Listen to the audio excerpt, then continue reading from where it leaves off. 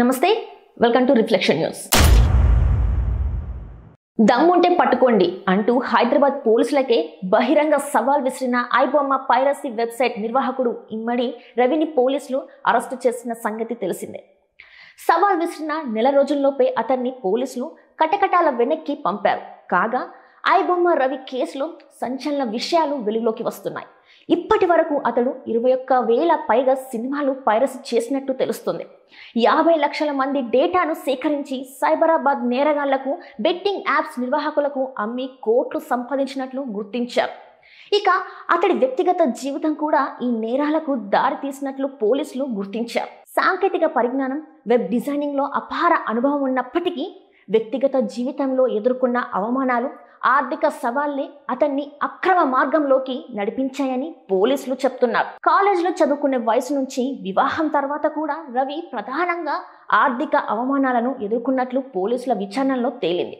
2016లో ఉన్నత కుటుంబానికి చెందిన ఓ యువతిని ప్రేమించి పెళ్లాడిన రవికి ఆమెతో కలిసి జీవించడంలో ఆర్థిక ఇబ్బందులు తలెత్తాయి.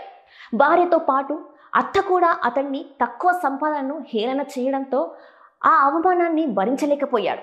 ఈ కారణాల వల్లే ఎలాగైనా సరే డబ్బు సంపాదించాలి అనే ఏకైక లక్ష్యంతో రవి అక్రమ మార్గాన్ని ఎంచుకున్నాడు. వెబ్ డిజైనర్గా తనకున్న అనుభవాన్ని ఉపయోగించి రవి ఐబొమ్మ, బప్పం టీవీ వంటి పైరసీ వెబ్సైట్లకి రూపమిచ్చాడు. ఈ వెబ్సైట్ల ద్వారా ఉచితంగా సినిమాలు వీక్షించే అవకాశం కల్పించడంతో కొన్ని నెలల్లోనే వీటికి భారీ ట్రాఫిక్ పెరిగింది.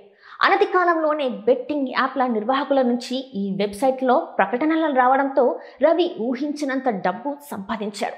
అయితే ఇంత డబ్బు సంపాదించానని తన సంపాదనకు సంబంధించిన ఆధారాలు చూపించిన అతడితో కలిసి ఉండేందుకు భార్య ఇష్టపడకపోవడంతో 2021లో వీరిద్దరూ విడిపోయారు. అనంతరం రవి తన మకాంను ఐరోపా దేశమైన నెదర్లాండ్స్కి మార్చాడు. తాను ఏ ప్రాంతంలో ఉన్నా అక్కడి నుంచే తన వెబ్సైట్లను నిరాటంకంగా నిర్వహించేందుకు అవసరమైన సాంకేతిక ఏర్పాట్లను పూర్తి చేసుకున్నాడు. పైరసీ వెబ్సైట్ల నిర్వహణతో పాటు రవి మరో ఘోరమైన నేరానికి పాల్పడినట్టు పోలీసుల విచారణలో వెల్లడైంది. వెబ్సైట్ల ద్వారా సేకరించిన దాదాపు 50 లక్షల మంది వినియోగదారుల వ్యక్తిగత డేటాను సైబర్ నేరస్తులు ఆన్లైన్ గేమింగ్ ముఠాలకు అక్రమంగా విక్రయించి సుమారు 20 కోట్లు సంపాదించినట్లు పోలీసులు తెలిపారు. కుకట్పల్లిలోని తన ఫ్లాట్ని కూడా విక్రయించి వచ్చిన సొమ్ముతో శాశ్వతంగా విదేశాల్లో స్థిరపడాలనే ఆలోచనలో రవి ఉండగానే హైదరాబాద్ సైబర్ క్రైమ్ పోలీసులు పక్కా వ్యూహంతో అతన్ని అరెస్టు చేశారు. ఐబొమ్మ నిర్వాహకుడు అరెస్టుపై స్పందించిన నగర పోలీస్ కమిషనర్ సజ్జనర్ సైబర్ నేరస్తులకు హెచ్చరికలు జారీ చేశారు. ఆర్థిక నేరాలు, సైబర్ మోసాలతో సామాన్యులను మోసగించి విదేశాలకు పారిపోయి తప్పించుకుందామనుకోవడం అసాధ్యమని ఆయన స్పష్టం చేశారు. ఉచితంగా సినిమాలు వీక్షించే అవకాశం కల్పించే పైరసీ వెబ్సైట్ల వెనుక చీకటి కోణం దాగుందని, ప్రజలు అలాంటి వాటిని ప్రోత్సహించకుండా ఉండాలని సిపి విజ్ఞప్తి చేశారు. జై హింద్.